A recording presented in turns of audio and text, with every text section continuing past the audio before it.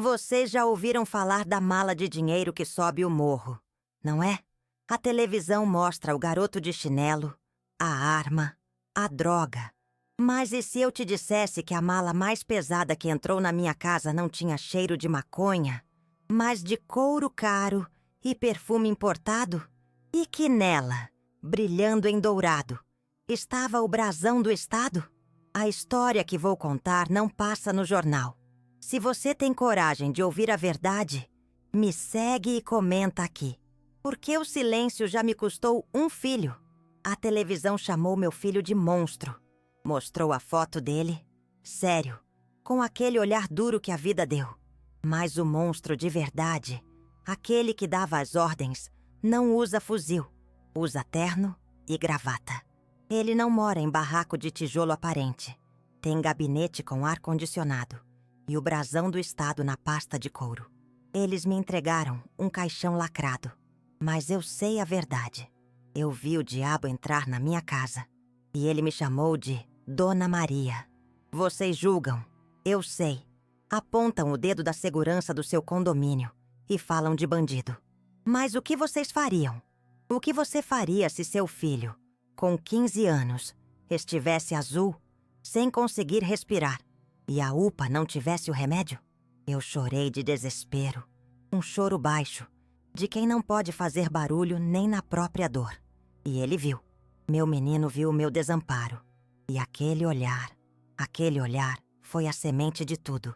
Ele sumiu por 2 horas. 2 horas que, para uma mãe, são 200 anos. Eu rezei para todos os santos. Prometi o que não podia cumprir. Então ele voltou. Não disse uma palavra. Apenas colocou na minha mão o dinheiro amassado. Suficiente para comprar a bombinha de asma na farmácia da esquina. Eu não perguntei. Peguei o dinheiro e corri. Naquele silêncio, naquela nota que eu aceitei sem questionar, eu assinei a nossa sentença. Fui cúmplice antes mesmo de saber do crime.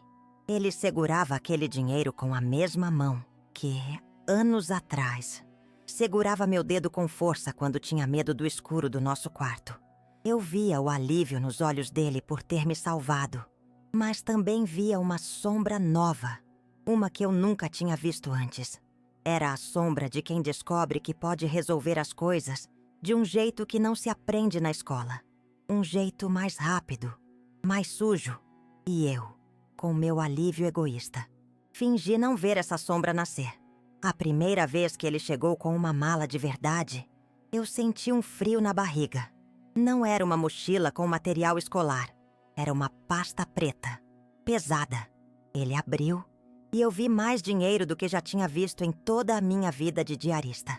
Ele sorriu, um sorriso que não chegava nos olhos, e disse: "Agora a senhora não precisa mais limpar a casa dos outros.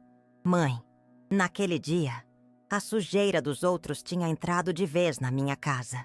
Com aquele dinheiro, compramos uma geladeira nova, branca, 2 portas, daquelas de comercial de TV.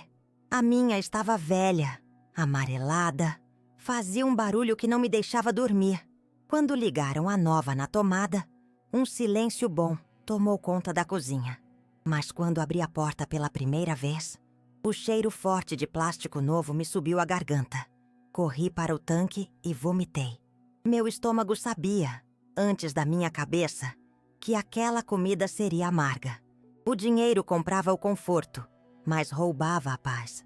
A carne de primeira na panela não tinha o mesmo gosto do frango suado que a gente dividia. A televisão de tela grande só passava noticiário de morte. Cada objeto novo na minha casa era como um tijolo a mais no muro que crescia entre mim e meu filho. Eu limpava o chão de cerâmica nova, mas sentia o piso de cimento queimado de antes, quando a gente só tinha um ao outro. Ele nunca me contou os detalhes. Eu também nunca perguntei. Eu era a testemunha invisível. Fingia que estava dormindo no sofá quando os amigos dele chegavam de madrugada. Eu ouvia as conversas, os planos, os nomes. Eu servia café para homens armados na minha própria cozinha, com o sorriso de Dona Maria no rosto, enquanto por dentro Eu pedi a Deus para que aquilo acabasse logo. O cheiro de pólvora misturado com o de café coado virou o perfume da minha casa. Um dia, o verdadeiro poder subiu o morro. Não era o caveirão. Era um sedã preto, de luxo, um vidro fumê. Parou no começo da viela. E de lá desceu um homem de terno. O doutor. As crianças pararam de jogar bola. Os cachorros pararam de latir. O silêncio que ele trouxe era mais assustador que qualquer tiroteio. E ele veio direto para marchar à minha porta. Para a minha casa, que agora parecia pequena e frágil demais. Meu filho, o gerente, temido por todos na comunidade, o homem que resolvia tudo na palavra ou na bala, encolheu. Ele abriu a porta, abaixou a cabeça e disse: "Pode entrar, senhor." Eu, da cozinha, vi meu menino virar um empregado. Ele, que me proibiu de servir os outros, servia café para aquele homem com as mãos trêmulas. Naquele momento, eu entendi. Meu filho não era o chefe. Ele era só mais uma peça. Uma peça descartável no jogo dos homens de terno. O doutor sentou no meu sofá novo, o mesmo que o dinheiro dele comprou. Colocou a pasta de couro com o brasão do estado na minha mesinha de centro. Falava baixo, calmo, mas cada palavra era uma ordem. Meu filho só concordava. "Sim, senhor. Pode deixar, senhor." Eu, fingindo arrumar a cozinha, via o reflexo deles na porta de vidro do armário. Eu via um tubarão e um peixinho assustado no mesmo aquário, que era a minha sala de estar. O dinheiro não era só do movimento, do tráfico. Era dinheiro público, de campanha, de esquema. A mala com o brasão era a prova. Meu filho era o entregador, o homem que fazia a ponte entre o morro e o asfalto, o elo que sujava as mãos para que as do doutor continuassem limpas, prontas para apertar a mão do povo na TV e pedir voto. Ele lavava o dinheiro da corrupção com o sangue da favela. Aquele brasão dourado, debaixo da minha cama, queimava. Eu o escondia no mesmo lugar onde guardava a caixinha com as fotos do batismo dele.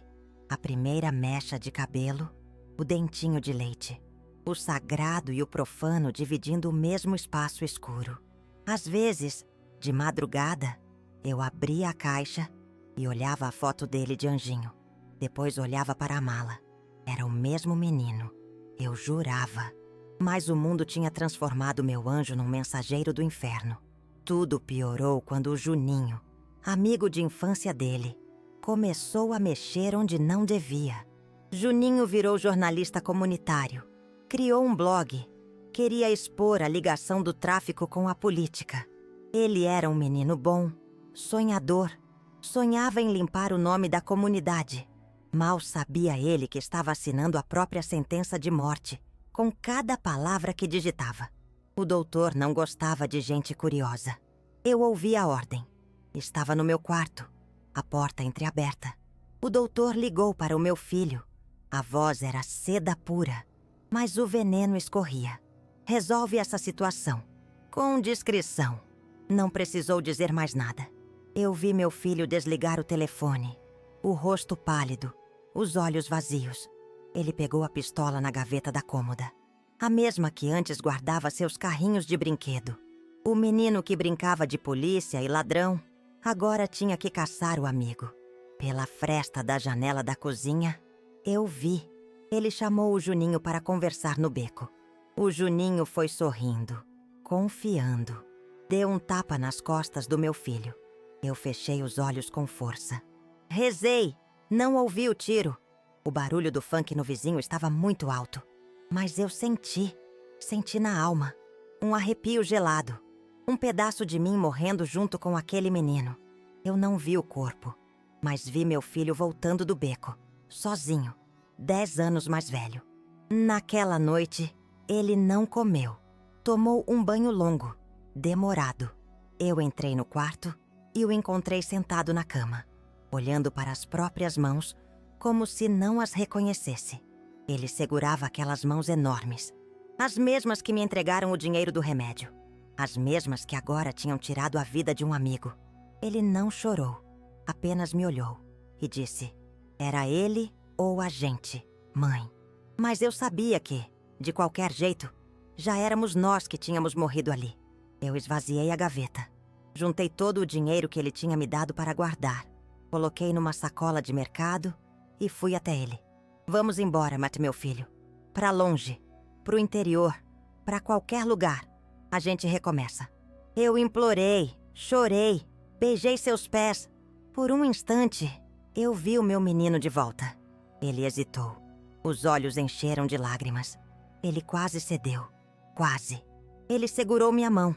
Estava pronto para ir. Mas o celular tocou. O som era estridente. Uma navalha cortando-se o nosso fio de esperança. Na tela, o nome. Doutor. Ele atendeu. A voz do outro lado. Eu não ouvi, mas vi o corpo do meu filho murchar. Ele desligou e me olhou. Não dá, mãe. Não dá para fugir. A coleira era invisível, mas era mais forte que qualquer corrente de ferro. Nós não éramos donos do nosso destino. Éramos prisioneiros numa gaiola de ouro sujo. Ele me contou depois. O doutor tinha sido sutil, como sempre. Mandou uma foto para o celular dele. Na foto, estava meu neto, o filho dele, de 5 anos, no parquinho da creche, sorrindo com a blusa do uniforme suja de areia. E ao fundo, desfocado, mas reconhecível, estava um dos seguranças do político. Sorrindo também. A mensagem era clara, brutal. A família não era um porto seguro, era um alvo. A dívida era eterna. Meu filho entendeu. E eu também. A vida do meu neto era a garantia. Enquanto meu filho fosse útil, o menino estaria seguro. Se ele falhasse, se ele fugisse, se ele abrisse a boca. A foto não deixava dúvidas. Eles não ameaçavam com palavras. Eles mostravam o que podiam fazer. O amor que eu sentia pelo meu filho, e ele pelo dele, virou a nossa maior fraqueza, a nossa sentença definitiva. Depois disso, ele mudou. Virou uma casca vazia. Obedecia sem questionar. Entregava as malas, fazia os serviços. Mas a alma dele tinha ficado naquele beco com o Juninho. Eu o via sentado na laje, olhando para o nada, para a vista bonita da Zona Sul, que parecia zombar da nossa miséria. O gerente do morro era só um fantasma esperando a hora de ser dispensado. E nós dois sabíamos que a dispensa não viria com uma carta de demissão. A última vez que o vi vivo, ele me abraçou. Fazia anos que ele não me abraçava. Foi um abraço apertado, longo, de despedida. Ele me entregou uma última mala, igual às outras, com o mesmo brasão. Guarda isso, mãe. Se alguma coisa acontecer comigo, a senhora sabe o que fazer. Ele beijou minha testa e saiu. A mão dele, que antes segurava a minha com medo do escuro, agora estava fria. No dia seguinte, a notícia veio no Jornal da Manhã. Traficante morre em confronto com a polícia. A foto dele, a mesma, com o olhar duro. A matéria dizia que ele resistiu à prisão, que atirou nos policiais. Mentira! Foi queima de arquivo. O doutor estava limpando as pontas soltas antes da eleição. Meu filho não era mais útil. Era um risco. E no jogo deles, riscos são eliminados sem cerimônia. Eles matam o corpo, mas a sujeira deles fica. Fica impregnada nas paredes, no dinheiro, na memória. O doutor foi eleito, com o discurso de lei e ordem. Deu entrevista lamentando a violência na cidade, prometendo mais polícia na favela. O mesmo homem que mandou matar meu filho, que usou nossa casa como escritório, agora posava de herói na televisão, com o dinheiro sujo de sangue financiando sua campanha. Eu fiquei sozinha, sem filho, sem neto. A mãe dele o levou embora, com medo, sem nada a perder. Só me restou a mala. A última mala com o brasão do Estado. E a minha voz. A voz de uma mãe que viu o sistema por dentro. Eles acham que o silêncio me comprou. Mas agora, o meu silêncio acabou. E essa história, a história real, precisa ser contada. Por isso estou aqui, falando com vocês. Porque a televisão não vai mostrar o rosto do doutor ligado ao crime. O jornal não vai imprimir o brasão do Estado manchado de sangue. Eles contam a história do monstro da favela, porque é mais fácil, mais conveniente. Mas o monstro de verdade não tem CEP, tem gabinete e sobrenome. No morro, a bala tem apelido. No asfalto, ela tem cargo, gabinete e sobrenome. A bala que matou meu filho não saiu da arma de um policial num confronto. Ela foi encomendada numa ligação de um telefone caro, de dentro de um carro com ar-condicionado. A ordem veio de cima, do poder que deveria nos proteger, mas que só nos usa e nos descarta. Eu não quero vingança. Vingança não traz meu menino de volta. Eu quero que vocês saibam, que entendam como a engrenagem funciona, que o garoto com o fuzil na mão, muitas vezes, é só a ponta do iceberg. O verdadeiro perigo, o verdadeiro mal, está escondido atrás de um discurso bonito, de um terno bem cortado e de um brasão oficial. A mala está aqui, na minha frente. É a única herança que meu filho me deixou. Uma herança de dor, de verdade e de perigo. Mas eu não tenho mais medo. O maior medo de uma mãe é perder um filho. E isso eles já me tiraram. Agora, a única coisa que me resta é a verdade. E a verdade, meus amigos, é a única arma que eles realmente temem. Eles me transformaram numa máter dolorosa, a mãe das dores. Mas até a dor pode virar luta. Eles criaram o monstro, mas também criaram a testemunha. E a minha testemunha não vai se calar. Eu vou abrir essa mala. Não pelo dinheiro, mas pelo que ela representa. Pela memória do meu menino. Aquele que só queria comprar o meu remédio. Meu filho não era santo. Eu sei disso. Ele fez coisas erradas. Machucou gente. Mas ele foi uma criação. Uma criação da necessidade, da ausência do Estado, da ganância dos homens de poder. Ele foi o soldado numa guerra que não era dele, lutando por um rei que, no final, o sacrificou para proteger o próprio trono. Eu limpo a minha casa todos os dias. Esfrego o chão, passo pano nos móveis. Mas tem uma sujeira que não sai. É a sujeira deles. A sujeira que ficou no meu sofá, na minha mesa, no ar que eu respiro. É o cheiro do medo, da submissão, da morte. E enquanto eu viver, vou contar essa história para que ninguém esqueça. A televisão vai continuar mentindo. Os políticos vão continuar prometendo. E outras mães vão continuar chorando. Mas talvez, só talvez, se a minha voz chegar longe o suficiente, uma outra mãe não precise passar pelo que eu passei. Talvez um outro menino não precise escolher entre o remédio da mãe e a própria alma. Eu não sei o que vai acontecer comigo depois disso. Talvez eles venham me calar também. Mas eu não me importo. O meu luto não será silencioso. O nome do meu filho não será lembrado apenas como bandido. Será lembrado como a prova de que o verdadeiro crime, muitas vezes, usa a lei como disfarce. O doutor ainda está lá, no poder, sorrindo nas fotos, inaugurando obras, apertando a mão de crianças.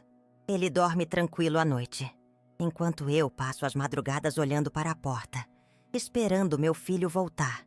Ele é o retrato do Brasil que deu errado. O Brasil onde o poder e o crime dormem na mesma cama. Essa é a minha confissão. A confissão de uma mãe que viu a verdade nua e crua. Uma verdade que não cabe numa manchete de jornal. A verdade de que a mala de dinheiro que financia o crime, muitas vezes, tem o brasão do Estado estampado nela. E essa é uma verdade que eles não querem que você saiba. A história precisa ser contada. A verdade precisa de uma voz. Se você acredita que essa história merece ser ouvida, que os verdadeiros culpados precisam ser expostos, então não fique em silêncio como eu fiquei um dia. Me segue, comente, compartilhe. Façam a minha voz ecoar para além das vielas deste morro. Façam com que a morte do meu filho não tenha sido em vão. A televisão chamou meu filho de monstro. Mostrou a foto dele, aquela que a polícia escolhe a dedo, com o rosto fechado, o olhar de quem já desistiu. Mas o monstro de verdade, aquele que dava as ordens, não usa fuzil. Usa terno, e gravata. Ele não mora em barraco de tijolo aparente. Tem gabinete com ar-condicionado e o brasão do estado na pasta de couro. Eles querem que vocês acreditem na história simples, do bandido e do mocinho. Vocês chamam meu filho de monstro. Eu chamo de vítima. O verdadeiro culpado não suja a bota de lama na nossa viela. Ele desce do carro importado no asfalto, a 2 ruas daqui. A arma dele não é uma pistola. É a caneta que assina leis de dia e sentenças de morte à noite. Por telefone, ele me chamou de Dona Maria, com um sorriso nos lábios. Mas os olhos dele eram frios como o chão da delegacia. Ele é o homem que a televisão chama de doutor de excelência. Eu chamo pelo nome que ele realmente tem: o diabo. Não vou mentir para vocês. Meu filho não era santo. A mão que segurou uma arma e contou dinheiro sujo fez coisas que me tiram o sono até hoje. Mas essa mesma mão, com 8 anos, desenhava o brasão da polícia num caderno velho, todo amassado. Ele me dizia que ia ser herói, que ia me tirar daqui, que ia me dar uma casa com quintal. O sistema não deixou ele ser herói. Então ofereceu a única vaga que tinha sobrando para um menino como ele: a de vilão. Eles me entregaram um caixão lacrado e uma história pronta para o jornal das 8.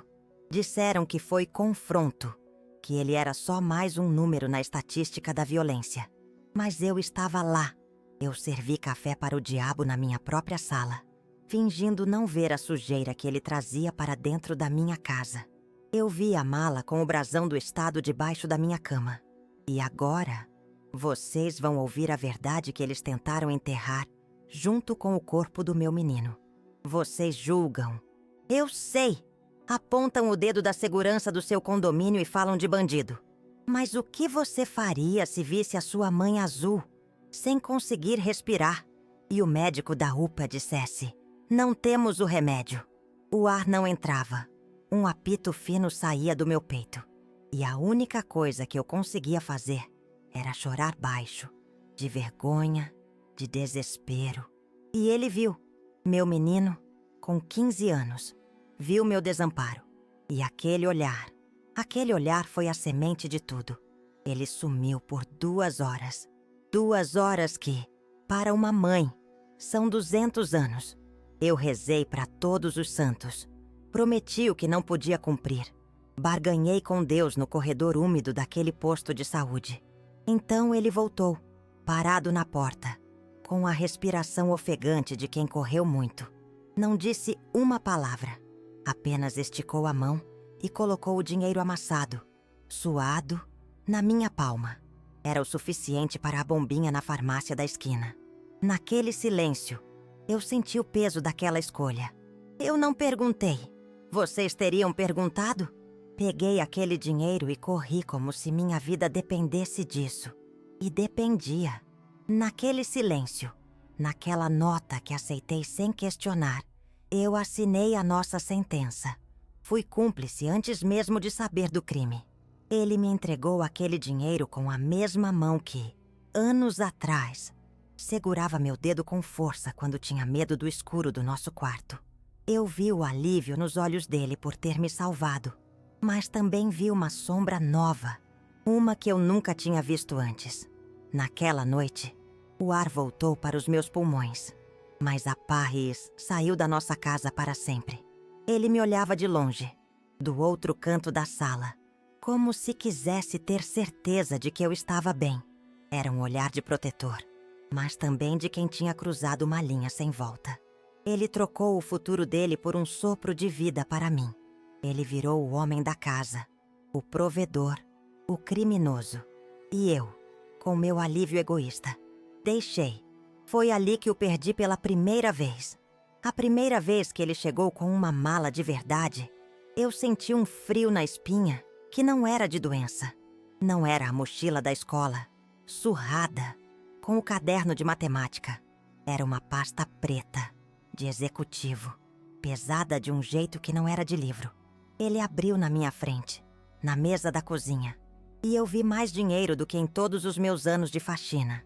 Ele segurava aquela fortuna com a mesma mão que, anos atrás. Me mostrava orgulhoso um desenho da nossa casa com um sol sorrindo em cima. Ele sorriu, mas o sorriso não chegou nos olhos. Eram os olhos de um homem cansado, não de um menino feliz. Agora a senhora não precisa mais limpar a casa dos outros. Mãe, ele disse, com a voz mais grossa do que eu me lembrava. Naquele momento, eu entendi a ironia cruel da vida. Ele tinha me libertado do meu trabalho, mas tinha trazido a sujeira dos outros para dentro da nossa casa. Uma sujeira que água sanitária nenhuma conseguiria limpar. Era o começo do nosso fim. Com o primeiro bolo de dinheiro, compramos uma geladeira nova, branca, de 2 portas, daquelas que a gente só vê em comercial de margarina. A minha estava velha, amarelada, fazia um barulho de motor cansado que embalava minhas noites de insônia. Quando ligaram a nova na tomada, um silêncio bom, um silêncio de coisa nova, tomou conta da cozinha. Mas eu não sabia que aquele silêncio era o prenúncio de uma paz que nunca mais teríamos. Foi o luxo mais caro que já tivemos. Quando abri a porta da geladeira pela primeira vez, o cheiro forte de plástico novo me subiu à garganta. Corri para o tanque nos fundos e vomitei. Vomitei o café ralo do café da manhã. Vomitei o medo. Vomitei a culpa. Meu estômago sabia, antes da minha cabeça, que aquela geladeira cheia de fartura seria o nosso túmulo.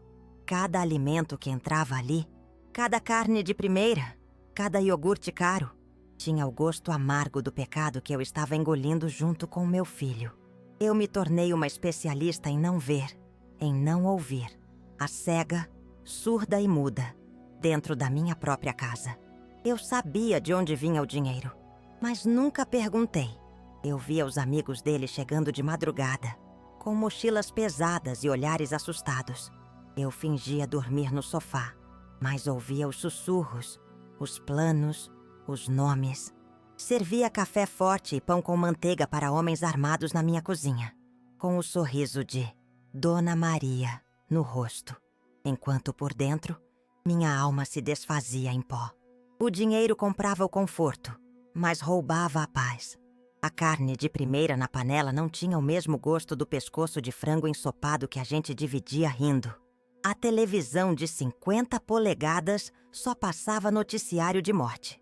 E cada sirene na tela parecia parar na nossa porta.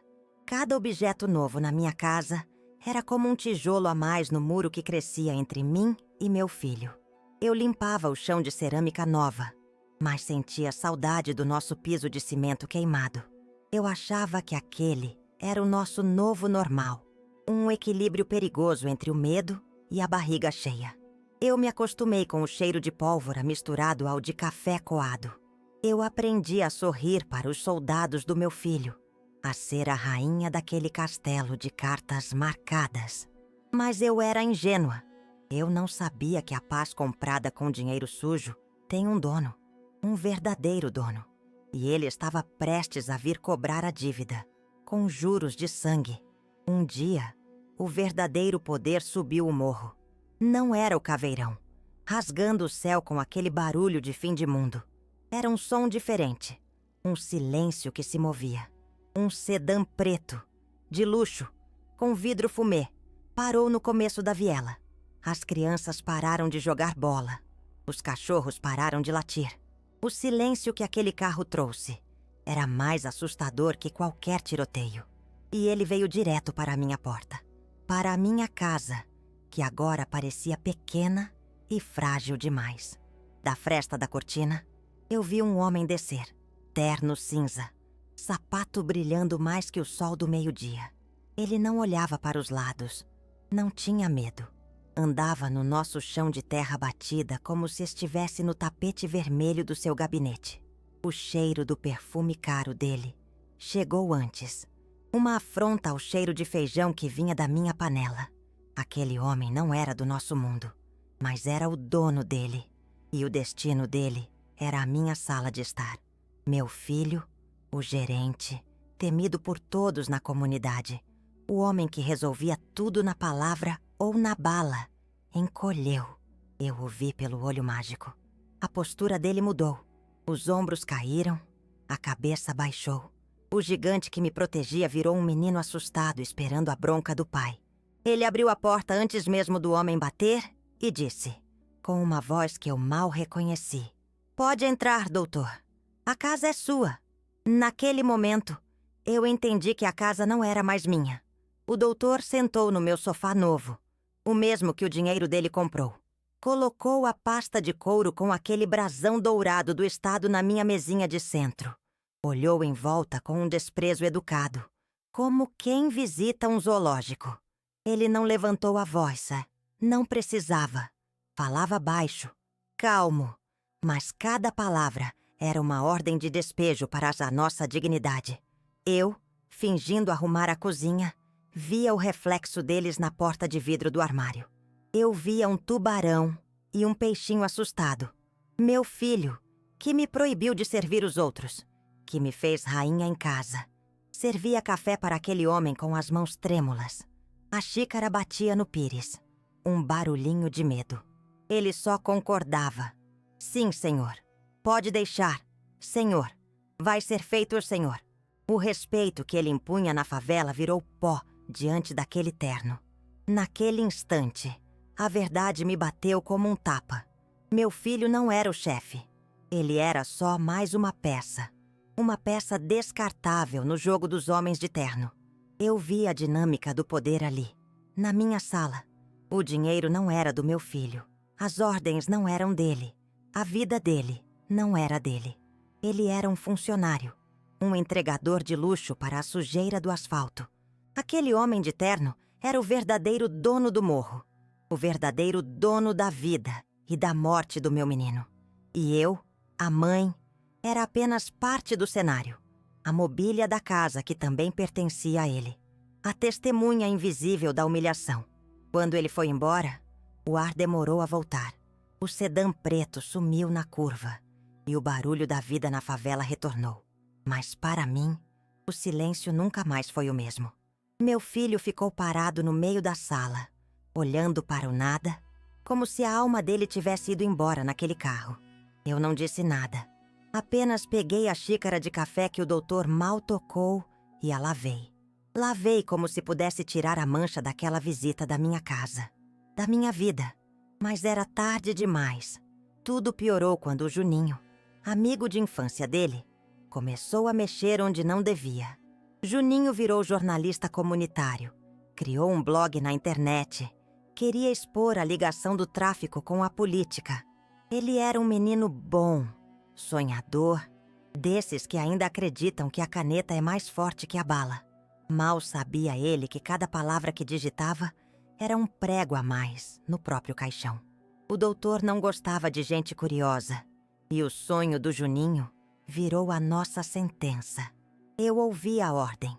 Estava no meu quarto, a porta entreaberta, fingindo que dobrava roupa. O doutor ligou para o meu filho. A voz era seda pura, mas o veneno escorria em cada sílaba. "Resolve essa situação. Com discrição?" Não precisou dizer mais nada. Eu vi meu filho desligar o telefone. O rosto pálido como cera. Os olhos vazios. Ele pegou a pistola na gaveta da cômoda. A mesma que antes guardava seus carrinhos de brinquedo. O menino que brincava de polícia e ladrão agora tinha que caçar o amigo. Pela fresta da janela da cozinha, eu vi. Ele chamou o Juninho para conversar no beco, no final da nossa viela. O Juninho foi sorrindo, confiando. Deu um tapa de amigo nas costas do meu filho. Eu fechei os olhos com força. Apertei o pano de prato nas mãos, até os nós dos dedos ficarem brancos. Rezei. Não ouvi o tiro. O barulho do baile funk no vizinho estava muito alto. Mas eu senti na alma, um arrepio gelado. Um pedaço de mim morrendo junto com aquele menino. Eu não vi o corpo, mas vi meu filho voltando do beco, sozinho. Ele andava devagar, arrastando os pés, como se o corpo pesasse 1 tonelada. Ele não era mais o meu menino. Parecia 10 anos mais velho, com um vinco na testa que nunca mais sairia. Ele segurava as mãos vazias, as mesmas mãos que um dia me entregaram o dinheiro do remédio. Mas agora elas pareciam sujas de uma forma que sabão nenhum poderia limpar. Ele entrou em casa e o silêncio que ele trouxe era o silêncio da morte. Naquela noite, ele não comeu. Tomou-ta num banho longo, demorado, como se quisesse arrancar a própria pele. Eu ouvia o som da água caindo, caindo, e imaginava que ele tentava lavar não o corpo, mas a alma. Quando ele saiu, de toalha na cintura, eu vi que não adiantou. A sujeira estava por dentro. O cheiro de morte tinha se agarrado nele. Um perfume que nunca mais o abandonaria. Eu só consegui estender uma toalha limpa. Um gesto inútil de mãe, tentando consertar o que já estava quebrado para sempre. Ele não aguentou. Desabou ali mesmo, no chão frio da cozinha. Caiu de joelhos e enterrou o rosto no meu colo, como fazia quando era pequeno, e ralava o joelho. Mas o choro não era de criança. Era um som rouco, rasgado, o som de uma alma se partindo em duas. Ele soluçava, tremia, e a única coisa que conseguiu dizer, entre um soluço e outro, foi: era ele ou a gente, mãe. Era ele ou a gente. Mas eu sabia que, de qualquer jeito, já éramos nós que tínhamos morrido ali. Eu abracei o corpo do meu filho, mas a alma dele tinha ficado naquele beco, junto com o corpo do Juninho. O menino que eu criei, que sonhava em ser herói, morreu naquela noite.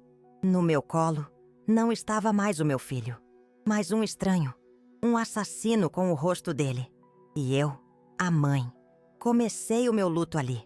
Não o luto pelo corpo que um dia eu enterraria, mas o luto pela alma do meu menino, que eu tinha acabado de ver ser executada. Eu não aguentei. Vê-lo quebrado daquele jeito, no chão da minha cozinha, era pior do que qualquer tiro que eu pudesse ouvir na viela. O assassino que o doutor criou tinha morrido, e no lugar dele estava o meu menino, afogado em culpa. Num impulso, fui até debaixo da minha cama. Puxei a caixa de sapatos onde guardava o dinheiro das emergências. O dinheiro sujo dele era a nossa maldição, mas talvez pudesse ser também a nossa única salvação. Era hora de fugir. Fui até ele, ainda encolhido no chão, e joguei os maços de notas no seu colo. Vamos embora, meu filho. Eu supliquei, a voz embargada. Pra longe, pro interior, pra qualquer lugar onde ninguém saiba nosso nome. A gente recomeça do zero. Eu faço faxina, você arruma um trabalho honesto. A gente vive com pouco, mas vive em paz. Ah, eu segurei o rosto dele entre minhas mãos, forçando-o a me olhar. Eu precisava que ele visse a esperança nos meus olhos, não a pena. Por um instante, eu vi a mudança. A casca dura do gerente rachou, e por baixo dela, os olhos do meu menino de 15 anos me olharam, assustados e cheios de lágrimas. Ele hesitou, olhou para o dinheiro, depois para mim. Ele segurou minha mão com força, a mesma força de quando era pequeno, e tinha medo do escuro. Vamos, mãe, ele sussurrou, a voz fraca. Vamos embora daqui. E naquele momento, naquela promessa, um pingo de luz invadiu a escuridão da nossa vida. Começamos a planejar a fuga ali mesmo, no chão da cozinha, em meio às lágrimas e ao dinheiro espalhado. Falávamos baixo, como se as paredes pudessem nos ouvir. Ele conhecia uma cidadezinha no interior de Minas, um lugar parado no tempo. Eu já me imaginava numa casa pequena, com um quintal para plantar couve e um varal balançando ao vento. Ele poderia trabalhar numa oficina mecânica, sujando as mãos de graxa, não de sangue. Ele sorriu com a ideia.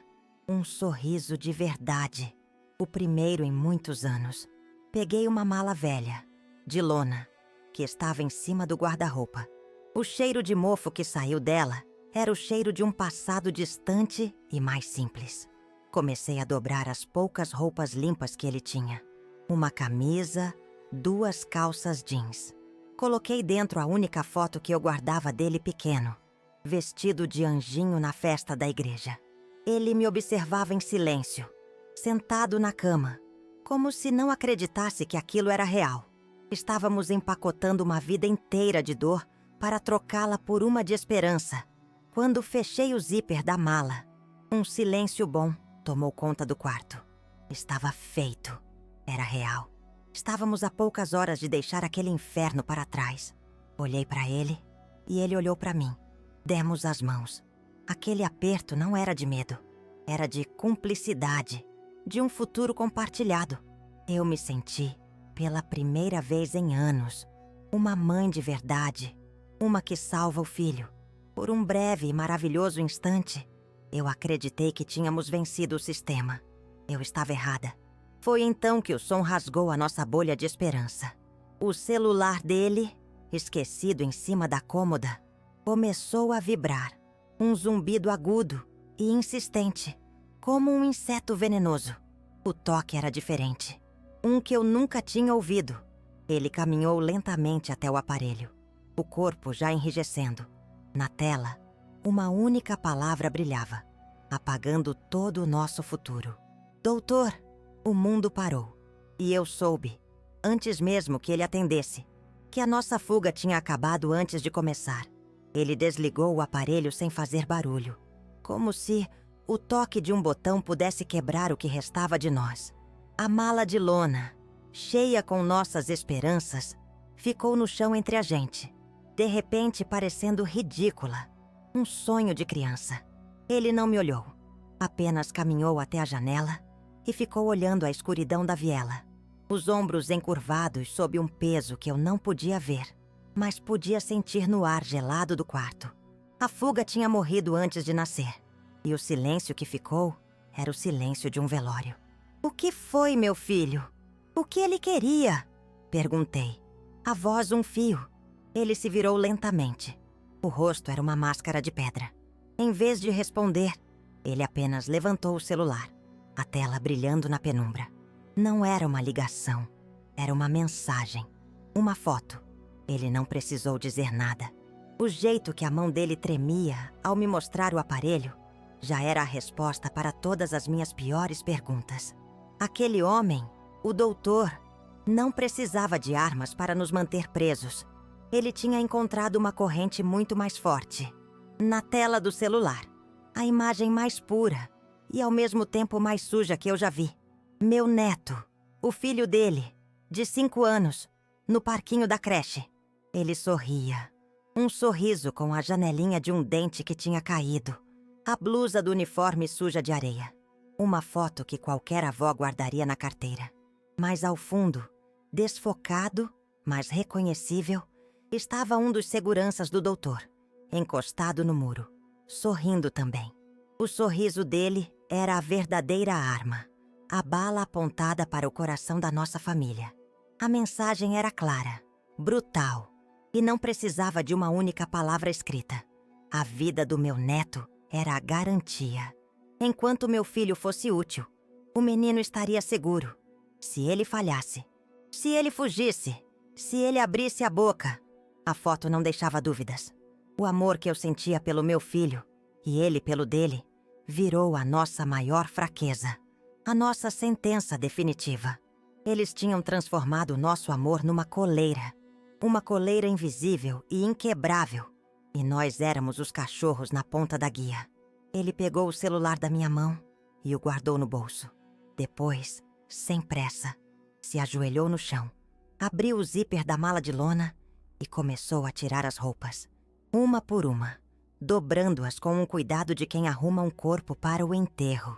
Guardou a camisa, as calças e, por último, pegou a foto dele de anjinho e a colocou de volta na gaveta da cômoda, no escuro. Aquele gesto foi a rendição final. Ele estava desfazendo nosso sonho para garantir a vida do filho. E eu assisti, paralisada, à morte da nossa última esperança. Depois daquilo, ele virou uma casca vazia. Obedecia sem questionar, uma marionete nas mãos do doutor. Entregava as malas, fazia os serviços sujos, mas a alma dele tinha ficado naquele beco com o Juninho. Eu o via sentado na laje, por horas, olhando para o nada, para a vista bonita da Zona Sul, que parecia zombar da nossa miséria. O gerente do morro, Era só um fantasma esperando a hora de ser dispensado. E nós dois sabíamos que a dispensa não viria com uma carta de demissão. A última vez que o vi vivo, ele me abraçou.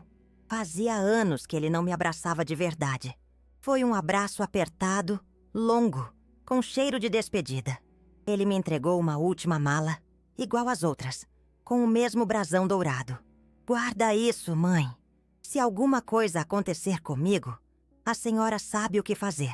Ele beijou minha testa e saiu. A mão dele, que antes segurava a minha com medo do escuro, agora estava fria como a de um defunto.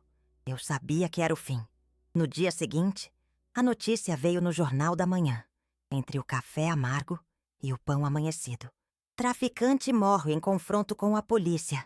A foto dele, a mesma de sempre, com o olhar duro que o mundo lhe deu.